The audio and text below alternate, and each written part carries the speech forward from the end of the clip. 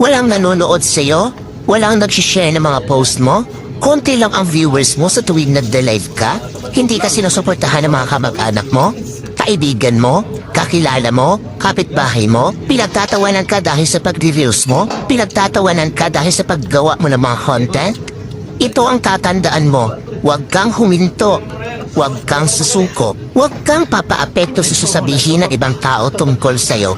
Ipakita mo sa kanila na may mararating ka. Dahil isang araw, kapag marami ka ng followers, kapag marami na ang sumusuporta sa'yo, kapag marami na ang nanonood sa'yo, kapag marami ka ng viewers, kapag marami na ang nagmamahal sa'yo at sumusuporta sa'yo, kapag marami ka ng payout, kapag sinasahod mo na ang sinasahod ng mga sikat na content creator, kapag mayaman ka na, kapag marami ka ng pera, ay, manunood na yan sila sa'yo.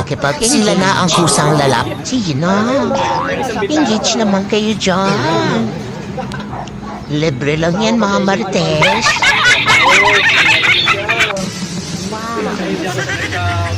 Putang ina.